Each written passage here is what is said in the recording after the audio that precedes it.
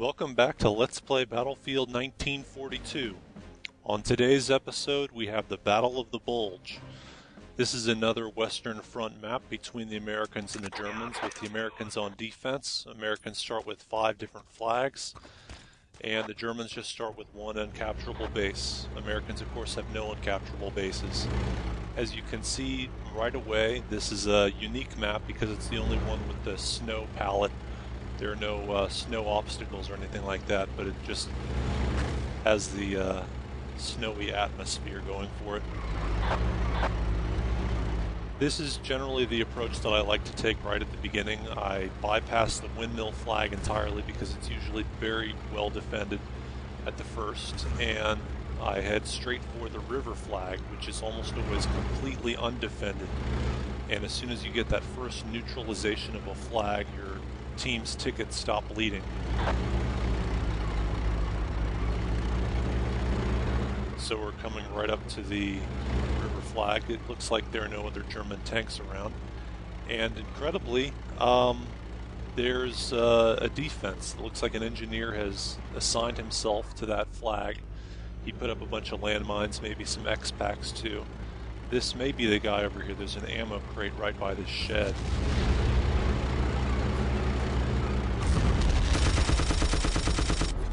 Yeah, he was throwing out another either landmine or dynamite stick. Now the problem with trying to attack that flag now is that that guy's going to respawn in there as he just did, and he's either going to set up more landmines, and the landmines and explosive packs last there for 30 seconds after he's been killed. And if I try to go right up against that flag, which has a very small capture radius, he's probably going to spawn in as either an engineer and throw a landmine on me, or he might spawn in as an anti-tank soldier and shoot me from the rear with a bazooka. So if you can't capture that river flag, I advise hitting straight for the city flag right here, which is also almost always completely undefended at the beginning of a round. But as you can see, our team has really been suffering. The rest of my team wasn't able to make any progress wherever they are. They seem to be at their uncapturable base still.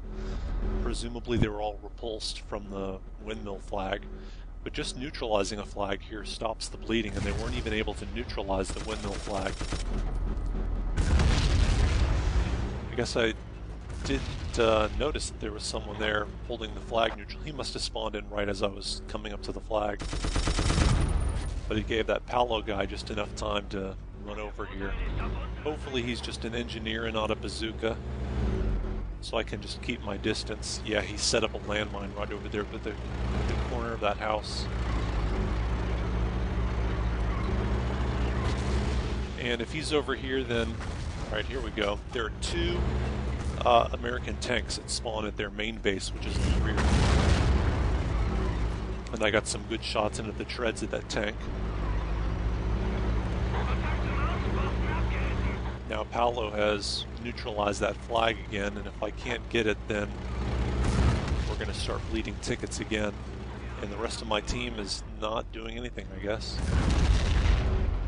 Now he was just an engineer, so I don't have to worry about getting struck from behind by a bazooka when I was attacking it, but now he's probably going to spawn as a bazooka troop. Possibly even alert the other people on his team that there's someone around here.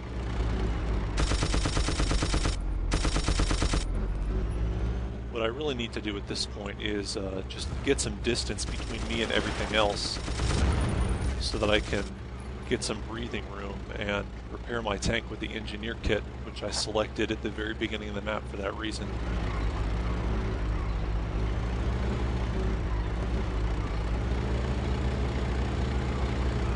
Now here I might be able to take this flag before it turns back.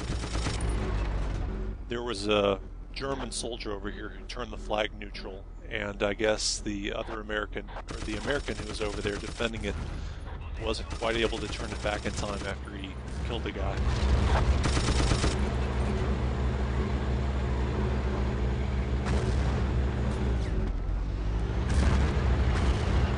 And that would be the other American tank from their main base probably, or maybe the original one respawned in and he took it down. Looks like I'm not going to get the opportunity to just sneak away and repair my tank.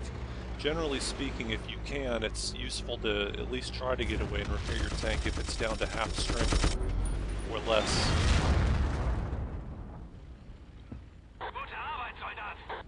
Because at that point, of course, the bazooka shot is going to take you out in one hit.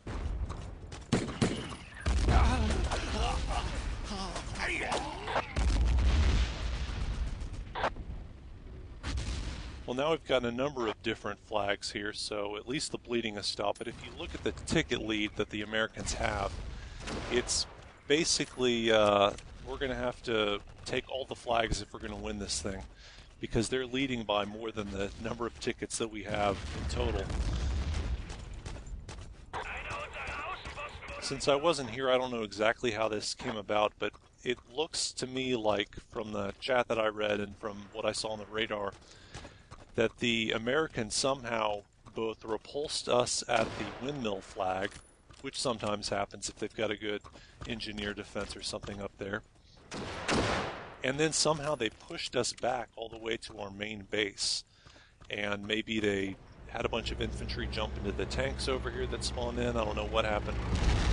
On this server, I believe they're not permitted to base camp in the uncapturable base. Now, sometimes they'll allow infantry to do a little bit of base camping, but the only way an infantry can base camp that area is by stealing a tank, at which point, of course, they've broken the rule of no tank base camping.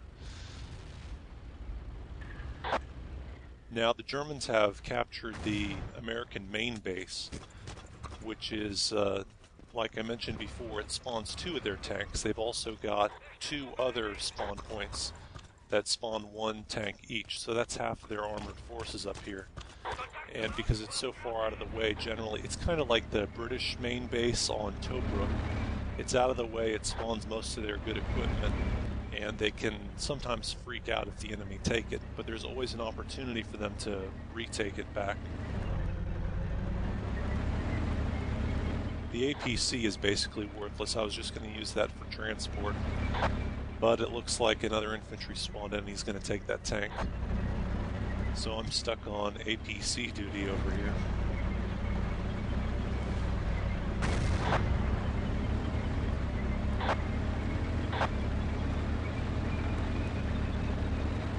Generally speaking, it is very difficult to capture all of the flags on this map.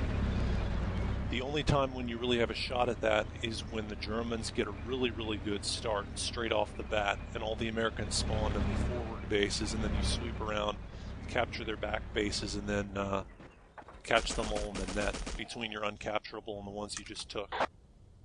And I committed the cardinal sin of the APC there, trying to use the mounted machine gun. Of course, that's inviting yourself to get sniped. The Americans are still messing around in this main base. That's going to make things really difficult for our side, because you really want to have the opportunity to make use of the tanks. That's the one advantage that Axis actually has on this map, is they've got all those tanks spawning in at one place, and they can move out kind of as a group.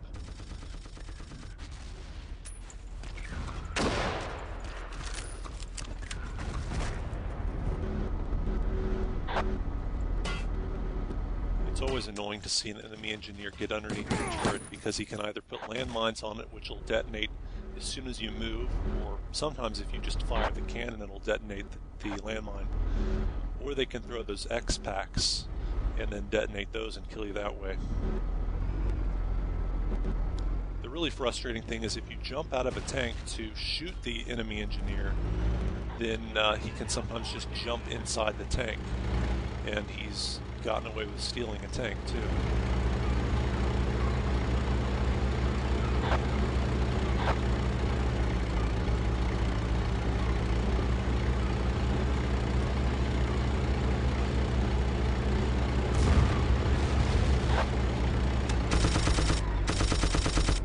It's always nice when the enemy spawn into the river flag, because they've got nothing to do but run out into the open.